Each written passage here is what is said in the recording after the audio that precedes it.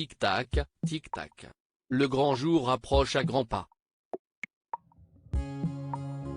Le 28 juin prochain, les 12 coups de midi célébreront une journée particulière, celle du 12e anniversaire de diffusion de l'émission, qui a fait son apparition sur TF1 en 2010 en remplacement d'Attention à la marche.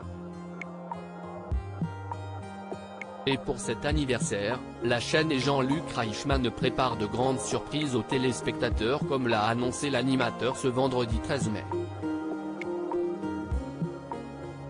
Alors qu'il recevait Eric pour la fête de la Bretagne, il a dévoilé plusieurs informations. On est en train de préparer quelque chose d'assez extraordinaire à l'approche de l'été, pour les 12 ans des 12 coups de midi, a commencé Jean-Luc Reichmann, visiblement très impatient. J'ai déjà invité Romain, le petit pompier, mais je t'invite également, a poursuivi l'animateur des 12 coups de midi. Et de continuer, le sourire aux lèvres, à lever le voile sur la grande fête que prépare TF1 pour les 12 ans de son émission. Ça va être une grande fête. On va faire, non pas un prime time, mais plusieurs prime time.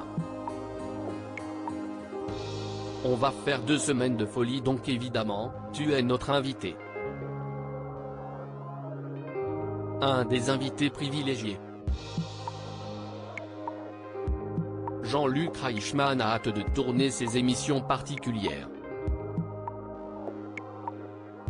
Et elles promettent déjà de grandes choses. Je pense que l'on va beaucoup rire et se remémorer 12 années de folie, a conclu l'animateur avant de lancer une dernière information aux téléspectateurs, et il va y avoir une battle de chez Battle, totalement innovante. 12 coups de midi, qui est le plus grand champion ? Ce sera avec un très grand plaisir, a répondu Eric, qui fera donc son retour sur le plateau des 12 coups de midi pour cet incroyable anniversaire. Pour rappel, le Breton a longtemps été le plus grand champion de l'histoire des 12 coups de midi. Après 199 participations et 921.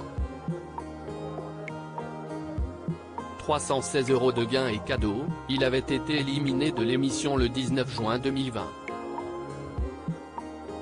Et s'il a depuis été dépassé par Bruno, Eric reste l'un des maîtres de midi les plus appréciés des téléspectateurs de TF1. Il y a une petite frustration sur les 200 participations car une visioconférence avec ma famille était prévue. Mais le palier était symbolique, nous confia-t-il. Mon seul objectif était de prendre la première place. Le reste, c'était du bonus.